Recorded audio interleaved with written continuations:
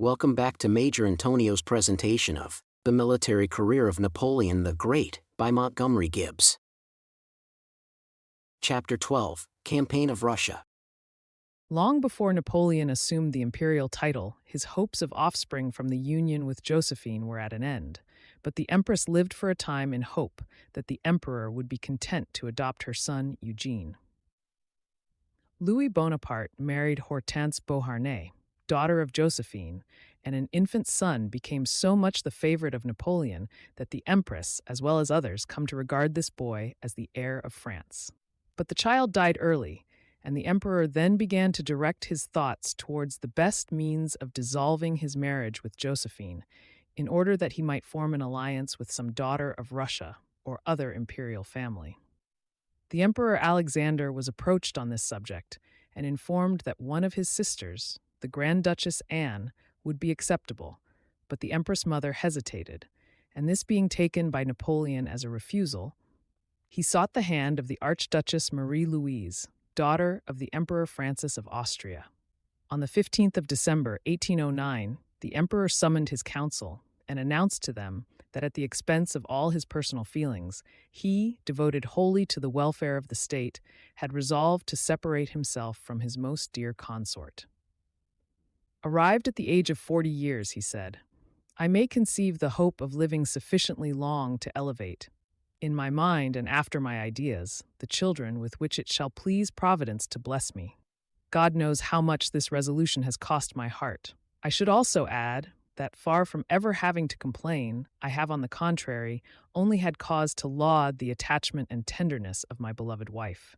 She has adorned 15 years of my life.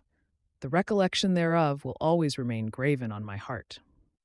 Josephine then appeared among them, and not without tears, expressed her acquiescence in the decree. I believe I acknowledge all these sentiments, she said, by consenting to the dissolution of a marriage which at present is an obstacle to the welfare of France, which deprives it of being one day governed by the descendants of a great man, so evidently raised by Providence to efface the ills of a terrible revolution and re-establish the altar, the throne, and social order. The council, after addressing the emperor and empress on the nobleness of their mutual sacrifice, accepted and ratified the dissolution of marriage. The title of empress was preserved to Josephine for life and a pension of 2 million francs, to which Napoleon afterwards added a 3rd million from his privy purse. She then retired from the Tuileries, residing thenceforth mostly at Malmaison, and in the course of a few weeks, Austria was called upon for her daughter. Having given her hand at Vienna on the 11th of March, 1810, to Berthier, who had the honor to represent the person of the emperor, the young archduchess set out for France on the 13th. On the 28th, as her carriage was proceeding towards Soissons, Napoleon rode up to it in a plain dress, altogether unattended, and introduced himself to his proxy bride. She had never seen his person till then, and it is said her first exclamation was, Your Majesty's pictures have not done you justice. They spent the evening at the Château of Compiègne, and a religious marriage was celebrated on the 1st of April at St. Cloud, amidst every circumstance of splendor. The next day, they made their entry into the capital. Napoleon, in his exile, said that the Spanish ulcer and the Austrian match were the two main causes of his ruin, and they both contributed to it largely, although by no means equally. The exile's own opinion was that the error lay, not in seeking a bride of imperial birth, but in choosing her at Vienna. Had he persisted in his demands, the Tsar, he doubted not, would have granted him his sister. The proud dreams of Tilsit would have been realized, and Paris and St. Petersburg become the only two capitals of Europe. Possibly, then, he would not have had occasion to say that he set his foot upon an abyss of roses when he married Marie. Had he married a daughter of France, or even an imperial princess of Russia, he could have done so without the sacrifice of the prestige of the nobility, and even the divinity of the people he had so gloriously contended for. But when it was announced that he had contracted an alliance with the House of Habsburg, that hated race against whom and whose principles he had fought 100 battles, they were convinced that no good would come of it. And they were right. The war, meanwhile, continued without interruption in the peninsula, whither, but for his marriage, Napoleon would certainly have repaired in person after the Peace of Schönbrunn left him at ease. So illy was that Spanish campaign conducted during Napoleon's absence that not an inch of soil could be counted by the French beyond their outposts. Their troops were continually harassed and thinned by the indomitable guerrillas who acted singly or in bands as occasion offered.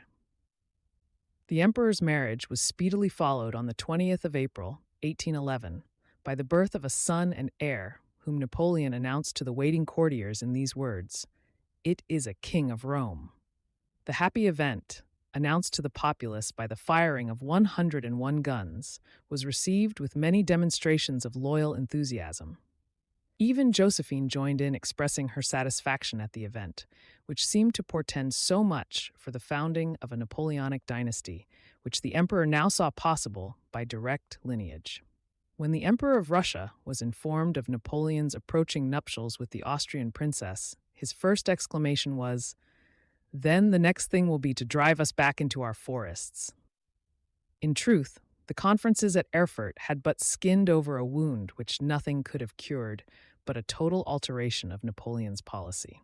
The Russian nation suffered so much from the continental system that the Tsar soon found himself compelled to relax the decrees drawn up at Tilsit in the spirit of those previously declared at Berlin and Milan. Certain harbors were opened partially for the admission of colonial produce and the export of native productions. And there ensued a series of indignant reclamations on the part of Napoleon and haughty evasions on that of the Tsar, which, ere long, satisfied all near observers that Russia would not be slow to avail herself of any favorable opportunity of once more appealing to arms.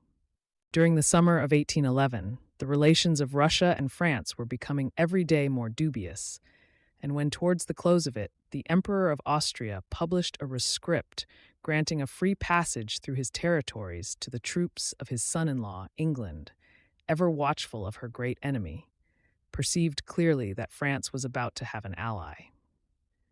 Alexander had long since ceased to regard the friendship of the great man as a blessing of heaven. Of the solemn cordiality of Tilsit and the more recent meeting at Erfurt, there remained in the soul of the Tsar naught but the displeasure and resentment arising from extinct affection and deceived hopes. From the moment in which the Russian government began to reclaim seriously against certain parts of his conduct, Napoleon increased by degrees his military force in the north of Germany and the Grand Duchy of Warsaw, and advanced considerable bodies of troops nearer and nearer to the Tsar's Polish frontier. These preparations were met by similar movements on the other side. Yet, during many months, the hope of terminating the differences by negotiations was not abandoned. The regulations of the continental system were especially objected to by Russia, and the Tsar, having lent his ear to the representations of the English cabinet, asked that they be dispensed with, as he declared he could no longer submit to see the commerce of an independent empire trammeled for the purpose of serving the policy of a foreign power. Napoleon admitted that it might be necessary to modify the system complained of, and expressed his belief that it would be found possible to devise some middle course by which the commercial interests of France and Russia might be reconciled. A very considerable relaxation in the enforcement of the Berlin Code was at last effected, and a license system arranged which admitted Alexander to a share in the pecuniary advantages. Had there been no cause of quarrel between these powers, except what appeared on the face of their negotiations, it is hardly to be doubted but a new treaty might have been effected. The Tsar, however, from the hour of Marie-Louise's marriage, felt a conviction that the diminution of the Russian power in the north of Europe would form the next great object of Napoleon's ambition. The Tsar therefore assured himself that if war must come, there could be no question as to the policy of bringing it on before Austria had entirely recovered from the effects of the campaign of Wagram, and above all, while the peninsula continued to occupy 200,000 of Napoleon's troops. As concerned the Spanish armies, it might still be said that King Joseph was in military possession of all but some fragments of his kingdom. The English had been victorious in Portugal, and the French troops in Spain lost more lives in this incessant struggle, wherein no glory could be achieved, than in any similar period spent in any regular campaign. And Joseph, while the question of peace or war with Russia was yet undecided, became so weary of his situation that he earnestly entreated Napoleon to place the crown of Spain on some other head. Such were the circumstances under which the eventful year of 1812 began. Most persuasive appeals were made to Napoleon by his ministers to refrain from entering into a campaign of aggression against Russia. To Fouché, Minister of Police, Napoleon is reported to have said in reply, "Is it my fault that the height of power which I have attained compels me to ascend to the dictatorship of the world? My destiny is not yet accomplished. The picture exists as yet only in outline. There must be one code, one court of appeal, and one coinage for all Europe. The states of Europe must be melted into one nation, and Paris be its capital." In the arguments used by Napoleon's advisors at this time, they attempted to show him, among other things, the great extent of Alexander's resources. His 400,000 regulars and 50,000 Cossacks, already known to be in arms, and the enormous population on which he had the means of drawing for recruits. The enthusiastic national feeling of the Muscovites, the distance of their country, the severity of their climate, the opportunity which a war would afford to England of urging her successes in Spain, and the chance of Germany rising in insurrection in case of any reverses. With the greater part of the population of France, and especially with the army, the threatened war was exceedingly popular. Russia, the most extensive empire in Europe, it was fondly imagined, was on the point of falling before the power of the great nation, and England would then be left to struggle unaided for mastery with France. It was deemed a certain pledge of victory, since the emperor himself was to lead his veteran legions to the new scene of triumph. Cardinal Fesch, uncle of the emperor, appealed to him on other grounds. The cardinal had been greatly affected by the treatment of the pope, and he contemplated this new war with dread, as likely to bring down the vengeance of heaven upon the head of one who had dared to trample on its vice-regent. Napoleon led the cardinal to the window, opened it, and pointing upwards said, "Do you see yonder star?" "No, sire," replied the cardinal. "But I see it," answered Napoleon, and the churchman was dismissed. Trusting to this star, his star of destiny in which he yet firmly believed, he was far from being awed when in April 1812 Russia declared war against France. It was an indefensible violation of the Treaty of Tilsit, but it showed Napoleon that Europe was determined to crush him, and he rallied the forces of his empire for a more terrible conflict than he had yet been summoned to. Not satisfied with disposing everything for war in the bosom of the empire, Napoleon, who wished to march into Russia at the head of his vast army of Europe, busied himself in forming and cementing, externally, powerful allies. 2 treaties were concluded to this effect. The one with Prussia and the other with Austria on the 24th of February and 14th of March, 1812. Alexander's minister was ordered in the beginning of April to demand the withdrawal of the northern troops, together with the evacuation of the fortress in Pomerania, in case the French government still entertained a wish to negotiate. Napoleon replied that he was not accustomed to regulate the distribution of his forces by the suggestions of a foreign power. The ambassador then demanded his passports and quitted Paris. The Emperor of France was confident and seems to have entertained no doubt of his success in the coming campaign. "The war," he said, "is a wise measure, called for by the true interests of France and the general welfare. The great power I have already attained compels me to assume an universal dictatorship. My views are not ambitions. I desire to obtain no further acquisition, and reserve to myself only the glory of doing good and the blessings of posterity."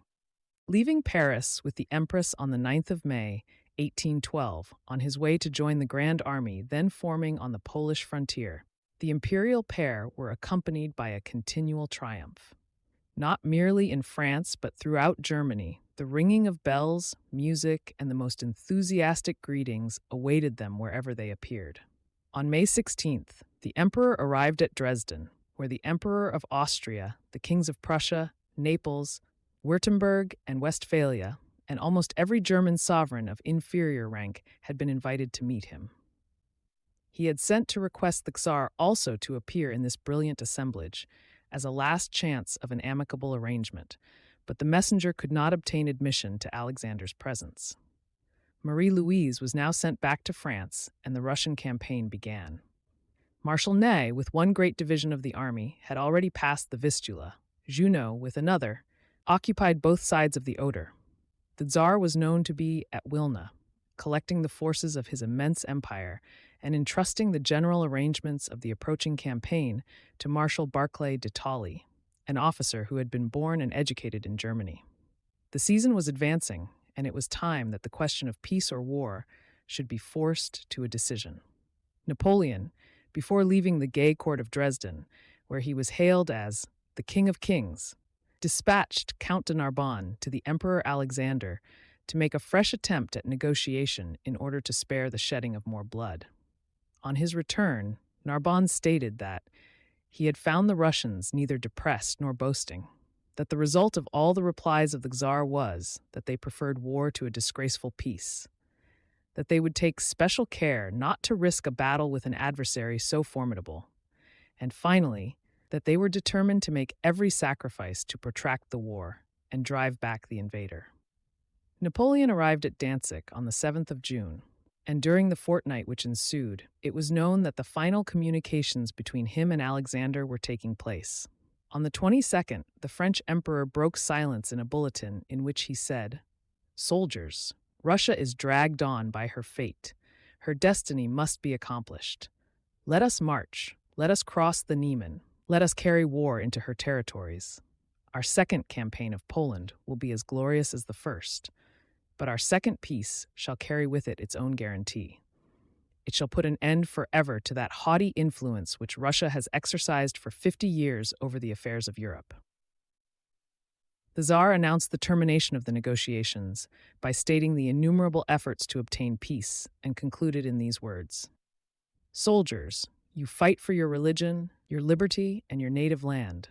Your emperor is amongst you, and God is the enemy of the aggressor."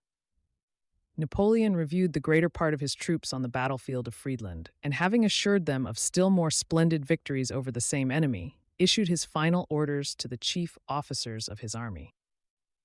The disposition of his forces when the campaign commenced was as follows. The left wing, commanded by MacDonald and amounting to 30,000 men, had orders to march through Courland with the view, if possible, of outflanking the Russian right and gaining the possession of seacoast in the direction of Riga. The right wing, composed almost wholly of Austrians, 30,000 in number, and commanded by Schwarzenberg, was stationed on the Volhynian frontier.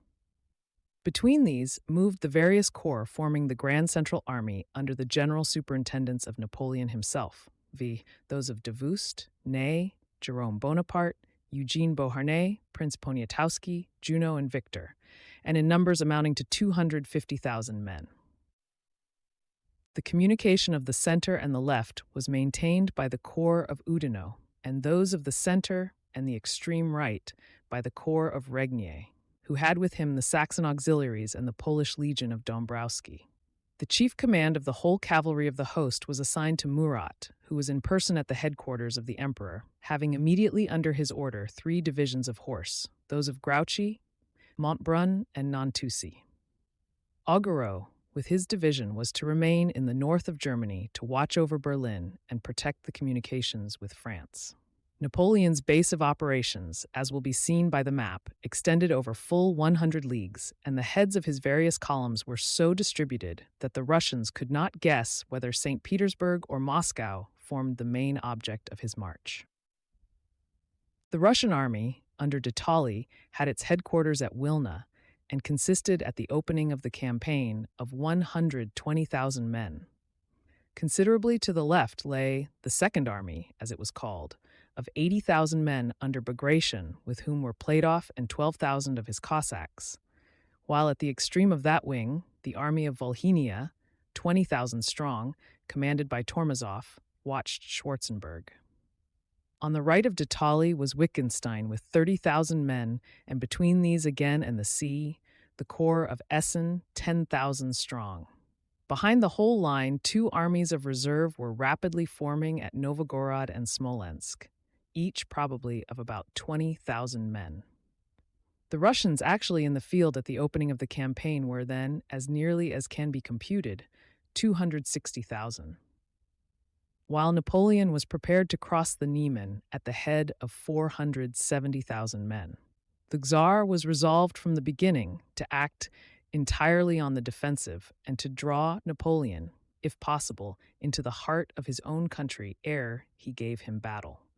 The various divisions of the Russian force had orders to fall back leisurely as the enemy advanced, destroying whatever they could not take with them, and halting only at certain points where entrenched camps had already been formed for their reception. The difficulty of feeding 500,000 men in a country deliberately wasted beforehand and separated by so great a space from Germany, to say nothing of France, was sure to increase at every hour and every step. Alexander's great object was, therefore, to husband his own strength until the polar winter should set in around the strangers, and bring the miseries which he thus foresaw to a crisis. Napoleon, on the other hand, had calculated on being met by the Russians at, or even in advance of their own frontier, as he had been by the Austrians in the campaign of Austerlitz and by the Prussians in that of Jena, of gaining a great battle, marching immediately either to St. Petersburg or Moscow, and dictating a peace within the walls of one of the Tsar's own palaces. On June 24th, the Grand Imperial Army, consolidated into three masses, began their passage of the Niemen, Jerome Bonaparte at Grodno, Eugene at Pylone, and Napoleon himself near Kauno. The emperor rode on in front of his army at 2 o'clock in the morning to reconnoiter the banks, escaping observation by wearing a Polish cloak and hat. His horse stumbled and he fell to the ground. A bad omen, a Roman would return, someone remarked. After a minute investigation, he discovered a spot near the village of Poinemen, above Kauno, suitable for the passage of his troops, and gave orders for 3 bridges to be thrown across at nightfall. The first who crossed the river were a few sappers in a boat. All was deserted and silent on the foreign soil, and no one appeared to oppose their proceedings with the exception of a single-armed Cossack, who asked, with an appearance of surprise, who they were and what they wanted. "Frenchmen," was the reply, "we come to make war upon your emperor, to take Wilna and deliver Poland." The Cossack struck spurs into his horse, and 3 French soldiers discharged their pieces into the gloomy depths of the woods, where they had lost sight of him, in token of hostility. There came on at the same moment a tremendous thunderstorm. Thus began the fatal invasion. The passage of the troops was impeded for a time, as the bridge over the Vilia, a stream running into the Niemen, had been broken by the Russians. The emperor, however, despising this obstacle, ordered a Polish squadron of horse to swim the river. They instantly obeyed, but on reaching the middle, the current proved too strong for them, broke their ranks, and swept away and engulfed many of them. Even during their last struggles, the brave fellows turned their faces towards the shore, where Napoleon was watching their unavailing efforts with the deepest emotion, and shouted with their dying breath, "Vive l'Empereur!" 3 of these noble-spirited patriots uttered this cry when only a part of their faces was above the waters. The army was struck with a mixture of horror and admiration. Napoleon watched the scene apparently unmoved, but gave every order he could devise for the purpose of saving as many of them as possible, though with little effect. It is probable that his strongest feeling, even at the time, was a presentiment that this disastrous event was but the beginning of others, at once tremendous and extensive. As these enormous hosts advanced into the Russian territory, Alexander withdrew his armies as deliberately as the invader pushed on. Wilna, the capital itself, was evacuated 2 days before the French came in sight of it, and Napoleon took up his quarters there on the 28th of June. Here it was found that all the magazines, which he counted on seizing, had been burnt before the Russians withdrew. Already the imperial bulletins began to denounce the barbarous method in which the enemy resolved to conduct his defense. Napoleon remained 20 days at Wilna, during which time he redoubled his efforts to secure quantities of provisions which were to be conveyed along with his army. These were to render him independent of the countries through which he might pass. The destruction of the magazines at Wilna reassured him that he had judged well in departing from the old system of marauding, which had been adopted in previous campaigns with success. At the end of this period, Napoleon became aware that while the contracts entered into by his war minister were adequate for the army's needs, the handling of such enormous quantities of provisions, under the most favorable circumstances, must be slow and in some degree uncertain. Thus the emperor found himself under the necessity either of laying aside his invasion for another year, or of urging it in the face of every difficulty. All of which he had foreseen, except the slowness of a commissariat department. When Napoleon arrived at Wilna, he was regarded by the people as their liberator. A deputation was sent to him by the Diet of Warsaw, entreating his assistance towards the restoration of their ancient kingdom, the re-establishment of Poland having been proclaimed. They came, they said, to solicit Napoleon the Great to pronounce these few words: "Let the kingdom of Poland exist," and then it would exist, that all the Poles would devote themselves to the orders of the Fourth French dynasty, to whom ages were but a moment, and space no more than a point. Napoleon's reply was not satisfactory. "In my position I have many interests to reconcile," he said, "and many duties to fulfill." His answer was so extremely guarded that the Poles became dissatisfied and offered little or no support to the French. Had Poland been regenerated, says Bourrienne, Napoleon would have found the means of succeeding in his expedition. In his march upon Moscow, his rear and supplies would have been protected, and he would have secured that retreat which subsequent reverses rendered but too needful. During this delay, Alexander was enabled to withdraw the troops which he had been maintaining on the flanks of his European domains and bring them all to the assistance of his main army. The enthusiasm of the Russian nation appeared in the extraordinary rapidity with which supplies of every kind were poured at the feet of the Tsar. From every quarter he received voluntary offers of men, money, and whatever might assist in the prosecution of the war. The Grand Duchess Anne, whose hand Napoleon had solicited, set the example by raising a regiment on her estate. Platoff, the veteran hetman of the Cossacks, promised his only daughter and 200,000 rubles to the man by whose hand Napoleon should fall. Noblemen everywhere raised troops and displayed their patriotism by serving in the ranks themselves and entrusting the command to experienced officers chosen by the government. Napoleon at length re-entered the field without having done much to remedy the disorders of his commissariat. He at first determined to make St. Petersburg his mark, counting much on the effects which a triumphal entry into the capital would produce throughout the country, but his troops meeting with some reverses at Riga and Dunaburg, he changed his plans and resolved to march on Moscow instead. The center of the army was now thrown forward under Davoust, with the view of turning Barclay's position and cutting off his communication with Bagration.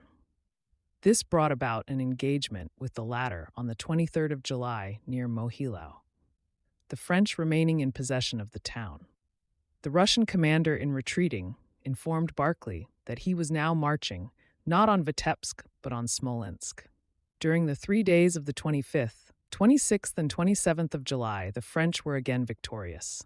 Napoleon halted at Vitebsk for several days in order to allow his troops to recuperate.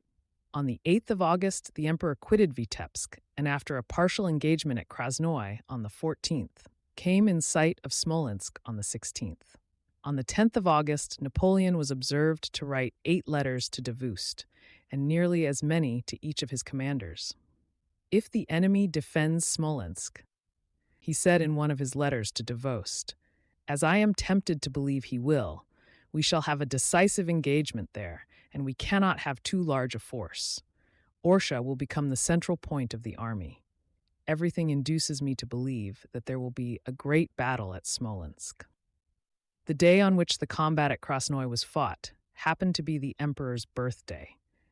There was no intention of keeping it in these immense solitudes and under the present circumstances of peril and anxiety.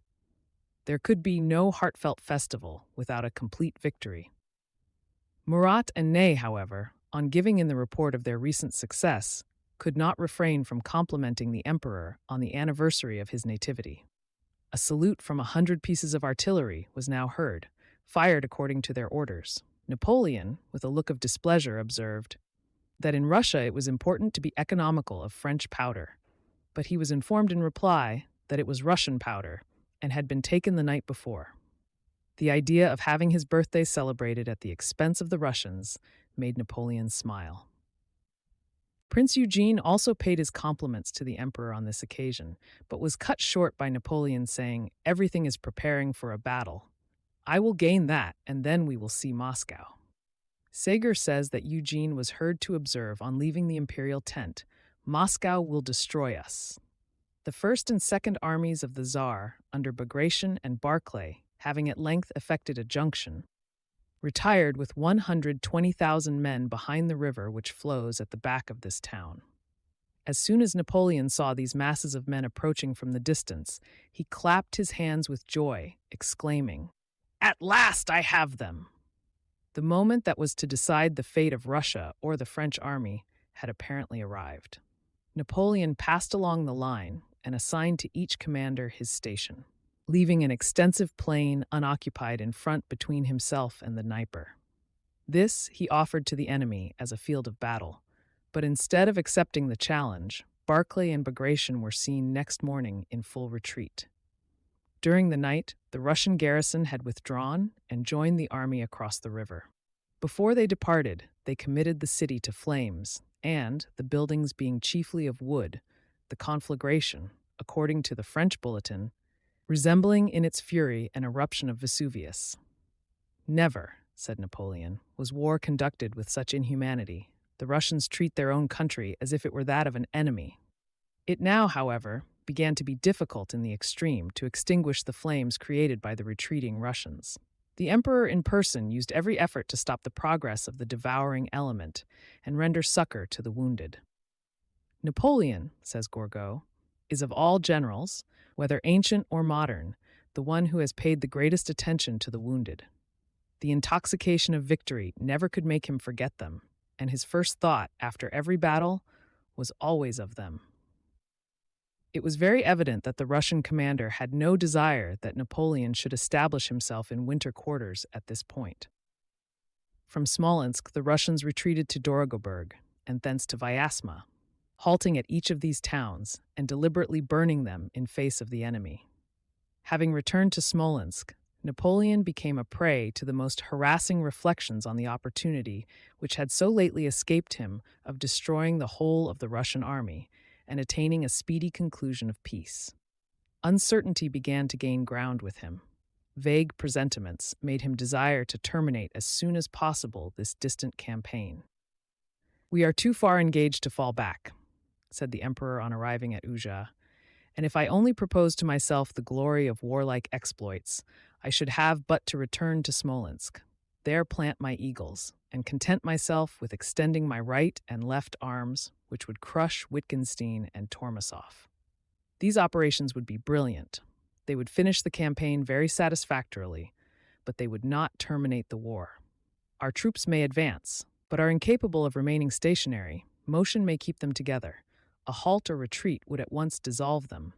Ours is an army of attack, not of defense, of operation, not of position. We must advance upon Moscow, gain possession of that capital, and there dictate terms of peace to the Tsar. Peace is before us. We are but 8 days' march from it. When the object is so nearly attained, it would be unwise to deliberate. Let us, therefore, march upon Moscow." At this period, Barclay was appointed to the War Ministry at St. Petersburg, and Kutuzov, who assumed the command in his stead, was beginning to doubt whether the system of retreat had not been far enough persisted in. Napoleon ordered a vigorous pursuit of the enemy, hoping to come up with and crush him before he could reach his ancient capital. The honor of marching with the advance guard devolved upon Marshal Ney, who gloriously justified the confidence of Napoleon by the intelligence and bravery which he displayed at the Battle of Valutina. This was a most sanguinary fight. 4 times were the Russians driven from their positions, and on each occasion brought up reinforcements and retook them. At length, they were finally overthrown by the valorous Gudin, who charged at the head of his division. the vigor and impetuosity of which led the enemy to believe that they were exposed to the shock of the Imperial Guard. 30,000 men were brought into action on either side, and the slaughter was terrible. Much individual bravery was also displayed on this occasion. But for the failure of Junot, who had begun to show signs of approaching insanity, to faithfully execute his orders, the victory might have been decisive. The emperor was much gratified, however, at the conduct of his troops at Valentina. He repaired in person to the field of battle and passed in review the divers regiments which had distinguished themselves there. Arrived at the 7th Light Infantry, says Gourgaud, he ordered the captains to advance and said to them, "Show me the best officer of the regiment." "Sire, they are all good." "That is no answer. Come at least to the conclusion of Themistocles. I am the first, the second is my neighbor." At length, Captain Moncey, who was absent on account of his wounds, was named. "What?" said the emperor. "Moncey, who was my page, the son of the marshal. Seek another." "Sire, he is the best." "Ah, well," said Napoleon, "I shall give him the decoration." Up till this time, the 127th Regiment had marched without an eagle, having had no opportunity of distinguishing itself. The imperial ensign was now delivered to it by Napoleon's own hands. The new Russian general, at length, resolved to comply with the clamorous entreaties of his troops and fixed on a strong position between Borodino and Moscow on the high road to Moscow, where he determined to await the attack of Napoleon, who was pushing the war vigorously, sword in hand, in the hopes of closing hostilities by one pitched battle. On the 5th of September, Napoleon came in sight of the position of Kutuzov and succeeded in carrying a redoubt which had been erected to guard the high road to Moscow. This was effected at the bayonet point, though not without great slaughter on either side. The next day, the two armies lay in presence of each other, preparing for a great contest. On the eve of, and before daybreak on the 6th, the emperor was on horseback, wrapped in his gray coat, and exhibited all the alacrity of his younger days. On his return to headquarters, he found a courier had arrived with dispatches announcing Marmont's defeat and the deliverance of Salamanca into the hands of Wellington. Monsieur de Beausset also arrived, bringing from Paris a portrait of Napoleon's son, which deeply moved the emperor. He caused the picture to be placed outside his tent, where it was viewed by his officers. He then said to his secretary, "Take it away and guard it carefully. He sees a field of battle too early." The Russians were posted on an elevated plain, having a wood on their right flank, their left on one of the villages, and a deep ravine, the bed of a small stream, in front. Extensive fieldworks covered every prominent point of this naturally very strong ground, and in the center of the whole line, a gentle eminence was crowned by an enormous battery, serving as a species of citadel. The Russian army numbered about 120,000 men, against which were opposed almost an equal number of French troops. In artillery, also, the armies were equal. The emperor fixed his headquarters in the redoubt, whence he had issued the order for battle in the morning. The elevation of the ground permitted him to observe the greatest part of the Russian line and the various movements of the enemy. The young guard and the cavalry were before him, and the old guard in his rear. Before the engagement, Napoleon addressed his troops. "Here is the battle you have looked for," he said, "for it brings us plenty, good winter quarters, and a safe retreat to France. Behave yourselves so that posterity may say of each of you, 'He was in that great battle beneath the walls of Moscow.'" At 4 o'clock on the morning of the 7th, the French advanced under cover of a thick fog and assaulted at once the center, the right, and the left of Kutuzov's position. Such was the impetuosity of the charge that they drove the Russians from their redoubts, but this was for a short time only, as they rallied under every line of the fire from the French and instantly advanced. Russian peasants who, till that hour, had never seen war, and who still wore their usual rustic dress, distinguished only by a cross sewed on it in front, threw themselves into the thickest of the combat. As they fell, others rushed on and filled their places. Some idea may be formed of the obstinacy of the contest from the fact that one division of the Russians, which mustered 30,000 in the morning, only 8,000 survived. These men had fought in close order and unshaken, under the fire of 80 pieces of artillery. The Russians had the advantage of ground, of speaking but one language, of one uniform, of being a single nation and fighting for the same cause. By 2 o'clock, however, according to the imperial bulletin, all hope had abandoned the enemy. The battle was at an end, although the cannonade was not yet discontinued. The Russians fought for their retreat and safety, but no longer for the victory. The result of this terrible day, in which the French fired 66,000 cannonballs, was that while the Russians were defeated, they were far from routed. However great may have been the success of this day, says Ségur, it might have been still more so if Napoleon, instead of finishing the battle at 4 o'clock in the afternoon, had profited by the remainder of the day to bring his guard into the field, and thus changed the defeat of the enemy into a complete rout. That the emperor suffered intensely during the day is well known. He had passed a restless night, and a violent and incessant cough cut short his breathing. As to his desire of preserving a reserve uninjured, and forming it from a chosen and devoted body, such as his guard, Napoleon explained it to his marshals by saying, "And if there should be a second battle tomorrow, what could I oppose to it?" General Gourgaud has added, "If the guard had been destroyed at the Battle of Moscow, the French army, of which their guard constantly formed the core, and whose courage it supported during the retreat, could scarcely have ever repassed the Niemen." This refusal of Napoleon to engage his guard is generally held to have been one of his greatest military lapses. At the time they were demanded by Ney and others, the enemy was all but beaten, and the appearance of the emperor at their head would in all probability have closed the day with a great victory to his credit, and, according to the opinions of many military men of this day, have ended the Russian campaign by this one battle. Night found either army on the ground they had occupied at daybreak.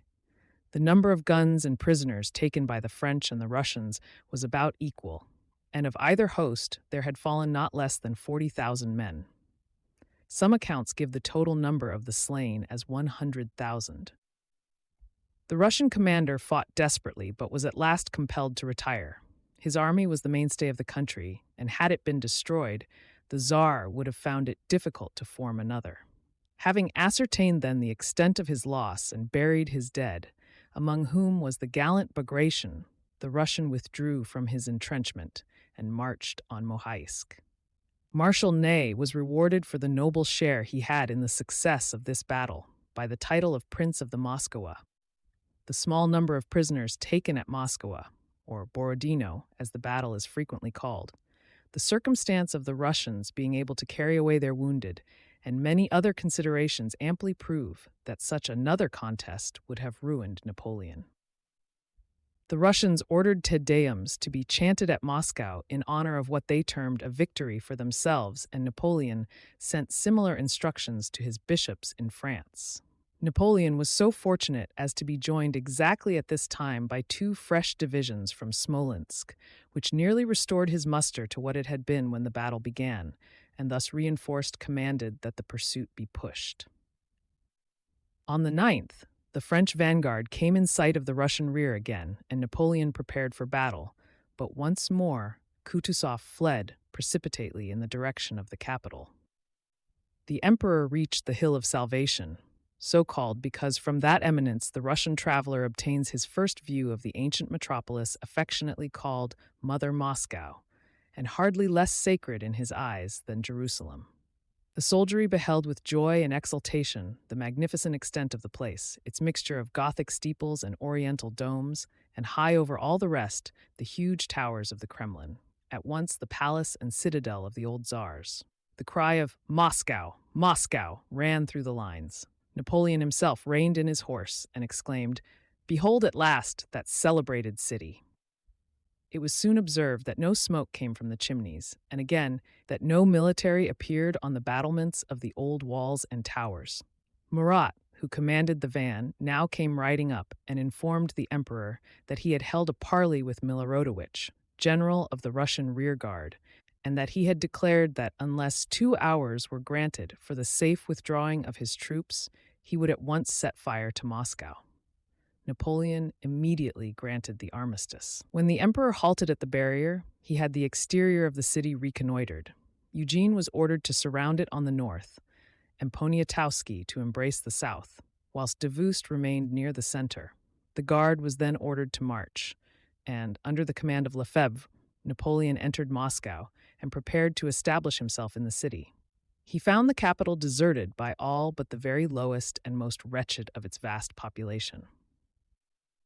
The French soldiers soon spread themselves over its innumerable streets, filling the magnificent palaces, the bazaars of the merchants, the churches, convents, and public buildings of every description. The meanest soldier clothed himself in silk and furs, and drank at his pleasure the costliest wines.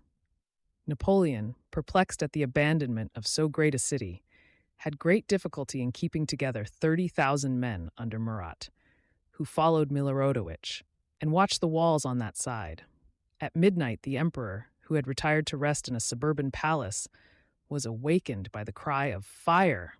The chief marketplace was in flames, and it was some hours before it could be extinguished.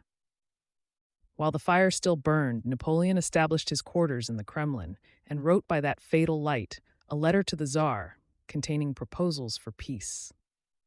In his letter, he assured the Tsar that whatever might be the vicissitudes of war, nothing could diminish the esteem entertained for him by his friend of Tilsit and Erfurt. The letter was committed to a prisoner of rank, but no answer was ever received to it. On the next day, the flames broke out again, and in a short time, various detached parts of the city were in flames. Combustibles and matches were found in many places, and the water pipes cut so that attempts to control the spreading flames were almost useless. The wind changed 3 times in the course of the night, and the flames always broke out again with new vigor in the quarter from which the prevailing breeze blew right on the Kremlin. It was now found that the governor, in abandoning the city, had set all the malefactors in the numerous jails at liberty. For 4 days the fire continued with more or less fury, and 4/5 of the city was wholly consumed. Palaces and temples, says Karamsin, the Russian author, monuments of arts and miracles of luxury, the remains of ages long since past, and the creation of yesterday, the tombs of ancestors and the cradles of children were indiscriminately destroyed. Nothing was left of Moscow save the memory of her people and their deep resolution to avenge her fall.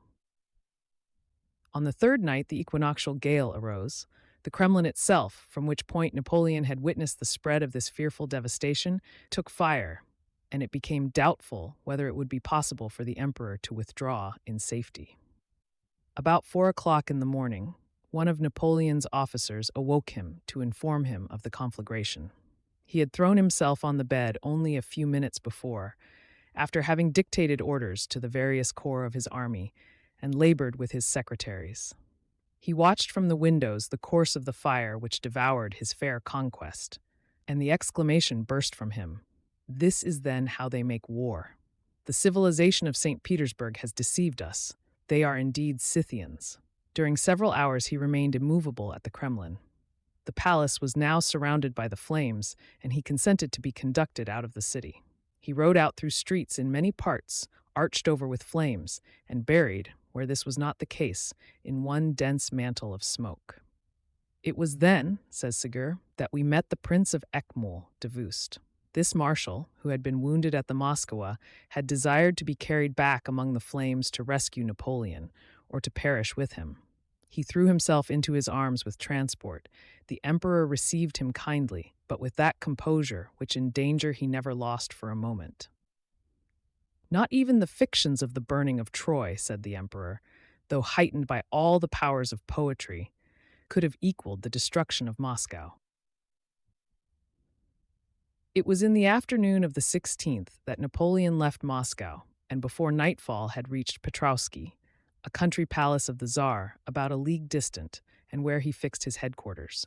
On the 20th, the flames being at length subdued, or exhausted, Napoleon returned to the Kremlin, still hoping that the Tsar would relent on learning of the destruction of his ancient and sacred metropolis. Day after day passed, and still there came no answer from Alexander. The emperor's position was becoming hourly more critical. On every side there was danger. The whole forces of Russia appeared to be gathering around him. Then, too, the season was far advanced. The stern winter of the north was at hand, and the determined hostility of the peasants prevented the smallest supplies of provisions from being introduced into the capital. Daru advised the emperor to draw in all his detachments, convert Moscow into an entrenched camp, kill and salt every horse, and trust to foraging parties for the rest. In a word, to lay aside all thoughts of keeping up communication with France or Germany or even Poland, and issue forth from Moscow with his army entire and refreshed in the commencement of the spring. But Napoleon feared, and not without reason, that were he and his army cut off from all communication, during 6 months, the Prussians and the Austrians might throw off the yoke, while, on the other hand, the Russians could hardly fail, in the course of so many months, to accumulate in their own country a force before which his isolated army, on reissuing from their winter quarters, would appear but a mere speck. Another letter was now sent by Napoleon to the headquarters of Kutuzov for Alexander.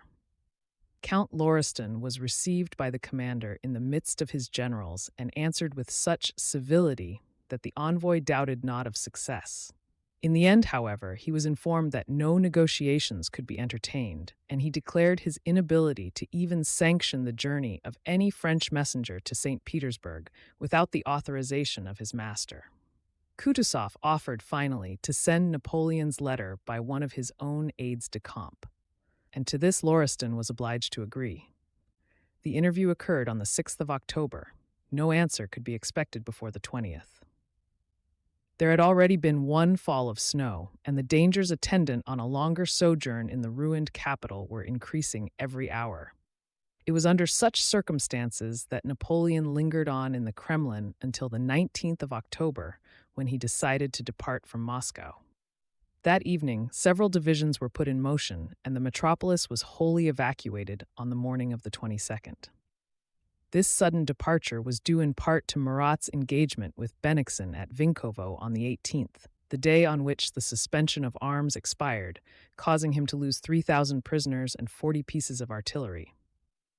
General Miloradovich, during a conversation with Murat a few days before, talked very frankly of the situation. Murat looked upon peace as indispensable to Russia, and was enlarging upon the continued success of the French, and having opened for them the gates of Moscow. "Yes, General," replied Miloradovich briskly, "the campaign is over with the French, and it is now time it should commence with the Russians." On the 19th of October, the Emperor with 6,000 chosen horse began his journey towards Smolensk, the care of bringing up the main body being given to Eugene Beauharnais, while Ney commanded the rear. As Napoleon left Moscow, he said to Mortier, "Pay every attention to the sick and wounded. Sacrifice your baggage, everything to them. Let the wagons be devoted to their use, and if necessary, your own saddles. This was the course I pursued at St. Jean d'Acre. The officers will first relinquish their horses, then the sub-officers, and finally the men. Assemble the generals and officers under your command, and make them sensible how necessary in their circumstances is humanity. The Romans bestowed civic crowns on those who preserved their citizens. I shall not be less grateful." From the commencement of this march, hardly a day elapsed in which some new calamity did not befall those hitherto invincible legions. The Cossacks of Platov came upon one division at Kolotsk, near Borodino, on the 1st of November, and gave them a total defeat. A second division was attacked the day after, and with nearly equal success, by the irregular troops of Count Orloff Denisov. The French now became separated by attacks made by Miloradovich, and the soldiers began to suffer from extreme hunger. On the 6th of November, their miseries were heightened by the setting in of the Russian winter. Thenceforth, between the heavy columns of regular troops, which on every side watched and threatened them, the continued assaults of the Cossacks, who hung around them in clouds by day and by night, rushing on every detached party like the Mamelukes of Egypt, disturbing every bivouac, breaking up bridges before, and destroying every straggler behind them, to the terrible severity of the climate, the frost, the snow, the wind. The sufferings of this once magnificent army were such as have hardly been equaled in the world's history. The enormous train of artillery which Napoleon brought from Moscow was soon diminished, and the roads were blocked up with the spoils of the city, abandoned, of necessity, as the means of transport failed. The horses, having been ill-fed for months, were altogether unable to resist the united effects of cold and fatigue. They sank and stiffened by hundreds and by thousands. The starving soldiery slew others of these animals that they might drink their warm blood and wrap themselves in their yet reeking skins. All discipline had vanished. They were able to keep together some battalions of the rearguard and present a bold aspect to the pursuers. The heroic Marshal Ney, not disdaining to bear a firelock and share the meanest fatigues of his brave followers. The main Russian army, having advanced side by side with the French, was now stationed to the southwest of Smolensk, in readiness to break the enemy's march whenever Kutuzov should choose. Miloradovich and Platov were hanging close behind and thinning every hour the miserable bands which had no longer heart, nor, for the most part, arms of any kind wherewith to resist them. All the reports brought to headquarters by the officers represented Kutuzov as disposed to oppose the French army and risk a battle, rather than abandon his positions, which were on the road he wished to close against the continued retreat of the emperor. Napoleon was not convinced by these reports. At daybreak, mounted on horseback, he started out to reconnoiter the camp and disposition of the enemy who was preparing to dispute Kaluga. As the emperor arrived near Malozaroslavets, a body of Cossacks was seen approaching. Napoleon and his escort prepared to defend themselves. Rapp had scarcely time to seize his chief's bridle and say, "It is the Cossacks! Turn back!" ere a fierce band galloped towards them.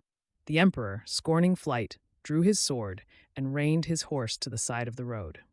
The troop dashed past, wounding Rapp and his horse.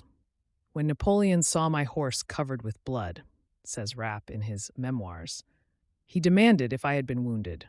I replied that I had come off with a few bruises, upon which he began to laugh at our adventure, although I, for my part, found it anything but amusing." The appearance of Marshal Bessieres, who arrived at the head of some squadrons of grenadiers of the guard, sufficed to stay the disorder and put the Cossacks to flight. The Grand Army had mustered 120,000 men when it left Moscow. Including the fragments of various divisions which met the emperor at Smolensk, it was with great difficulty that 40,000 men could now be brought together in anything like fighting condition. These Napoleon divided into 4 columns, nearly equal in numbers.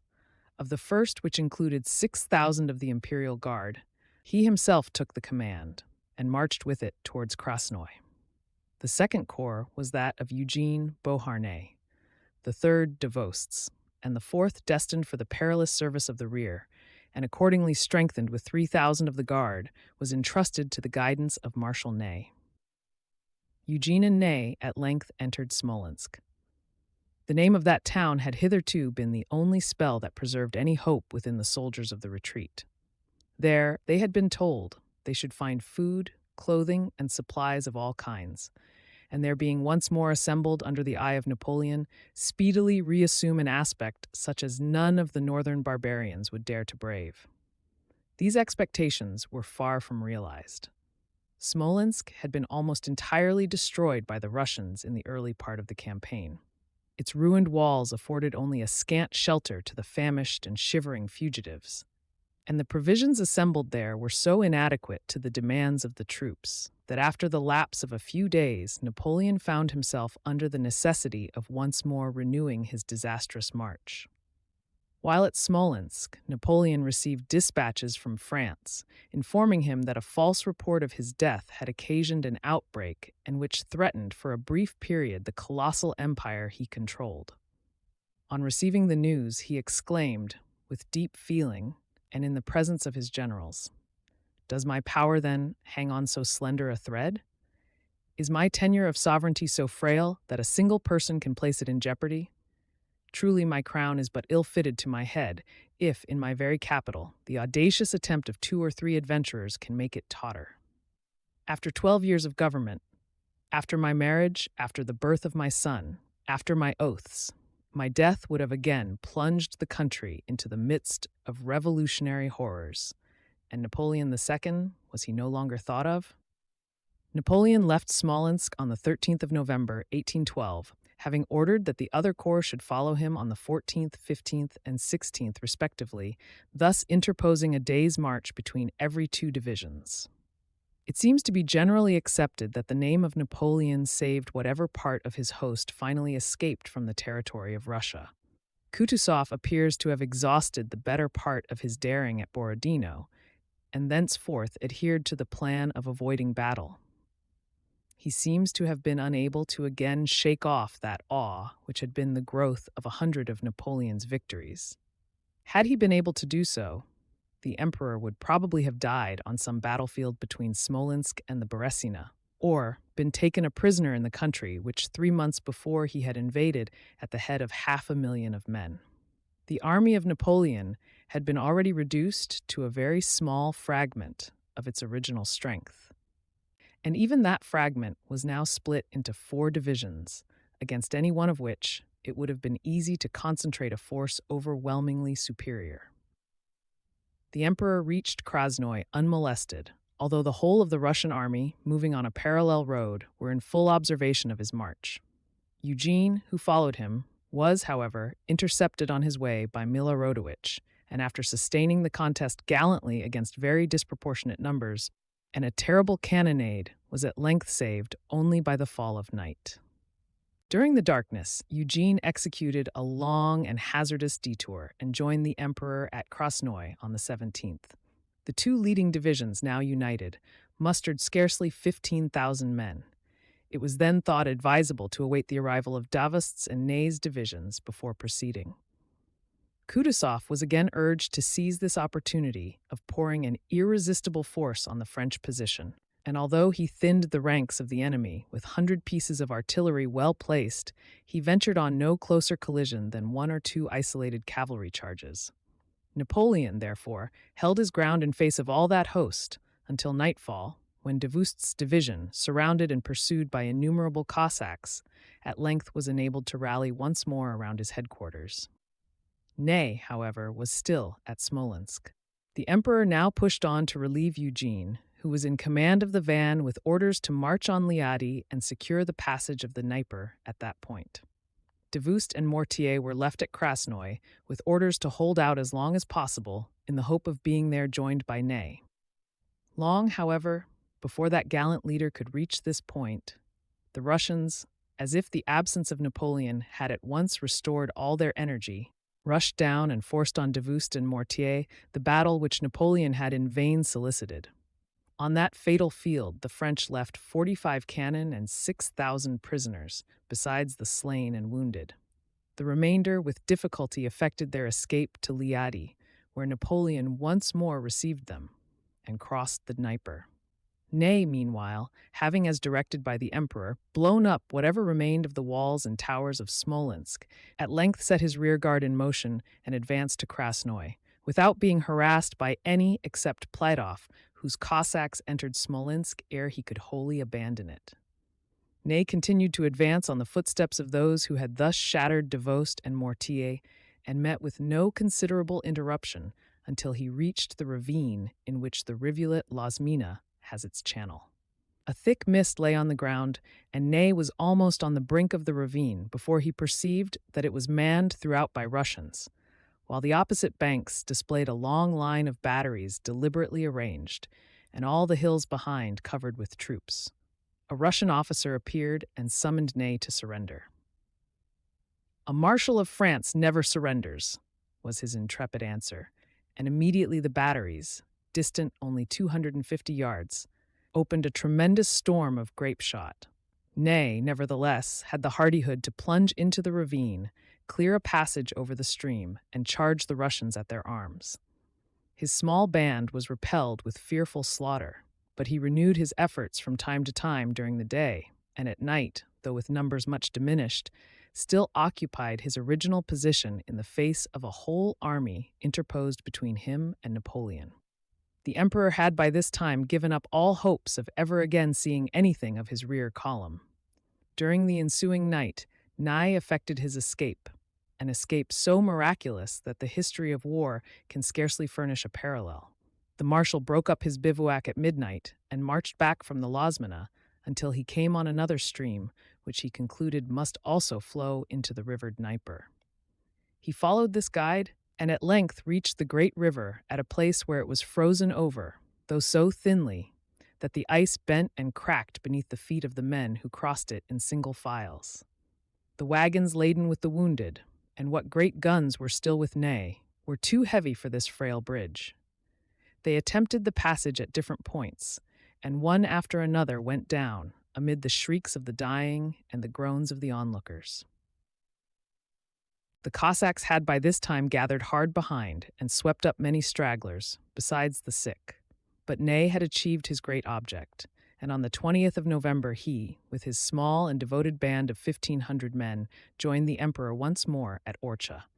Napoleon, on seeing him, received him in his arms and exclaimed, "What a man! What a soldier!" He could not find words to express the admiration which the intrepid marshal had inspired him with. He hailed him as the bravest of the brave and declared with transport, "I have 200 millions of francs in the cellars of the Tuileries, and I would have given them all to save Marshal Ney." The emperor was once more at the head of his united Grand Army, a sad remnant of its former glory and power. Between Smolensk and the Dnieper, the Russians had taken 228 guns and 26,000 prisoners. At leaving Smolensk, Napoleon had mustered 40,000 effective men. He now could count only 12,000, after Ney joined him at Orcha.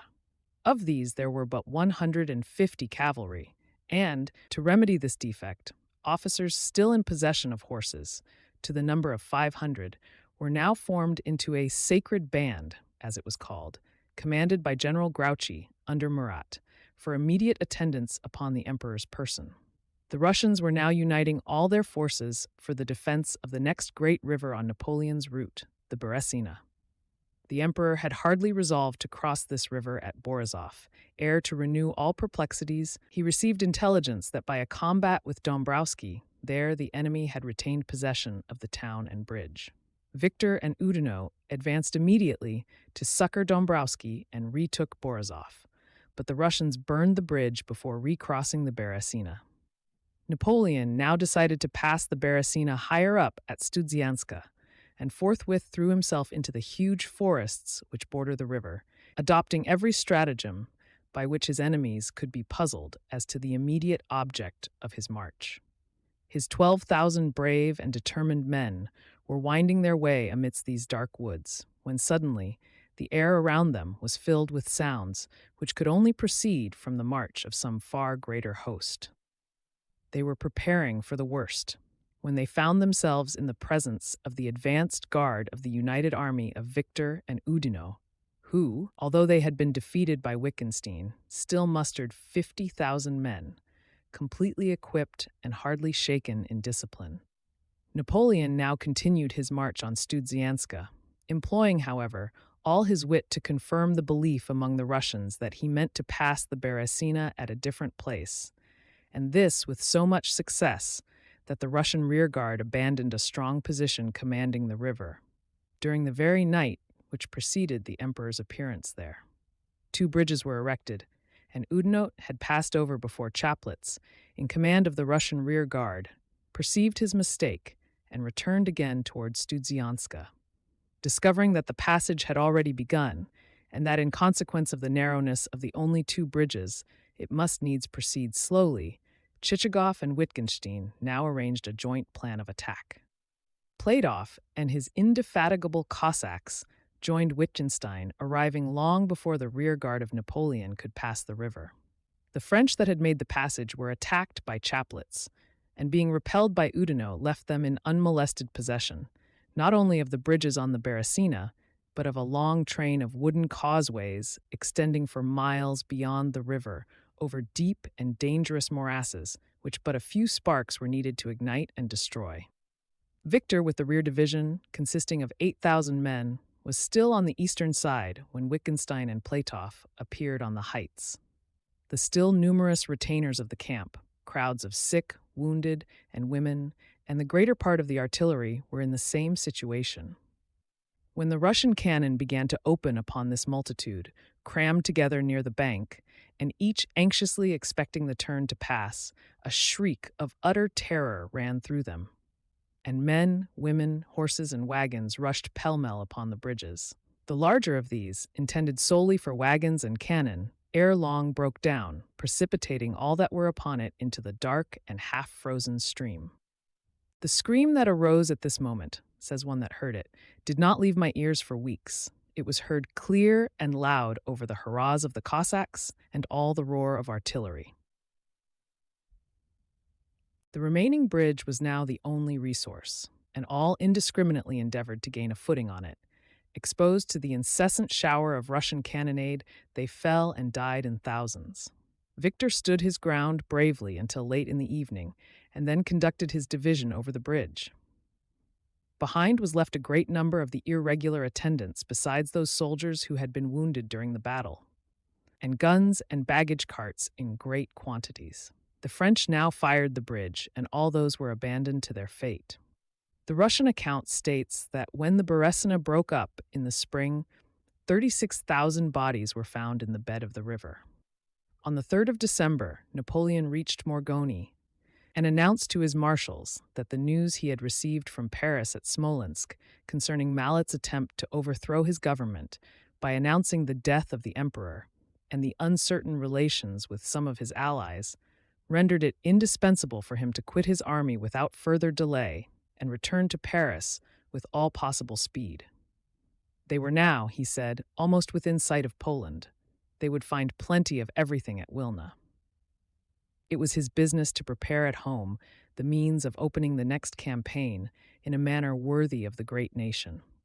At Montgomery on the 5th, the garrison at Wilna met the emperor, and then, having entrusted to these fresh troops the protection of the rear, and given the chief command to Murat, he finally bade adieu to the rulers of his host. He set off in a sledge at midnight, accompanied by Caulaincourt, whose name he assumed. Having narrowly escaped being taken by a party of irregular Russians at Upernoni, the emperor reached Warsaw at nightfall on the 10th of December. Here he met his ambassador, the Abbé de Prat, to whom he said, "I quit my army with regret, but I must watch Austria and Prussia, and I have more weight on my throne than at headquarters. The Russians will be rendered foolhardy by their successes. I shall beat them in a battle or two on the Oder, and be on the Niemen again within a month. Monsieur l'Ambassadeur, from the sublime to the ridiculous, there is but a step." Resuming his journey, Napoleon reached Dresden on the evening of the 14th of December, where the King of Saxony visited him and reassured him of his fidelity. He then resumed the road to his capital and arrived at the Tuileries on the 18th, late at night, after the Empress had retired. The remnant of the Grand Army, meanwhile, moved on towards France in straggling columns. They passed the Niemen at Kauno, and the Russians did not pursue them into Prussian territory. Here, about 1,000 men in arms, and perhaps 20,000 more utterly demoralized, were received with compassion. They took up their quarters and remained for a time unmolested, in and near Königsberg.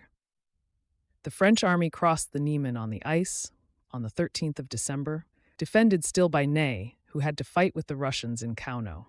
He now fought at the head of only 30 men, and was the last individual of the French army who left Russian territory.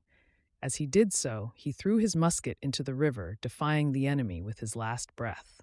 When he came up with General Dumas in Prussian Poland, he was scarcely recognizable, and on being asked who he was, replied, with eyes red and glaring, "I am the rear guard of the Grand Army. I have fired the last musket shot on the bridge of Kauno." The few who survived all these horrors, men who had fought in all Napoleon's campaigns and wore the cross of the Legion of Honor on their breasts, were now so wasted with famine that they wept when they saw a loaf of bread. The total loss in this terrible campaign was somewhere near 450,000 men. Fatigue, hunger, and cold had caused the death of 132,000, and the Russians had taken prisoners of 193,000, including 48 generals and 3,000 regimental officers. The eagles and standards left in the enemy's hands were 75 in number, and the pieces of cannon nearly 1,000. This concludes today's reading of the military career of Napoleon the Great, by Montgomery Gibbs. Join us also next week for the subsequent part. Subscribe to Major Intonio's channel. Thank you for listening, and so long.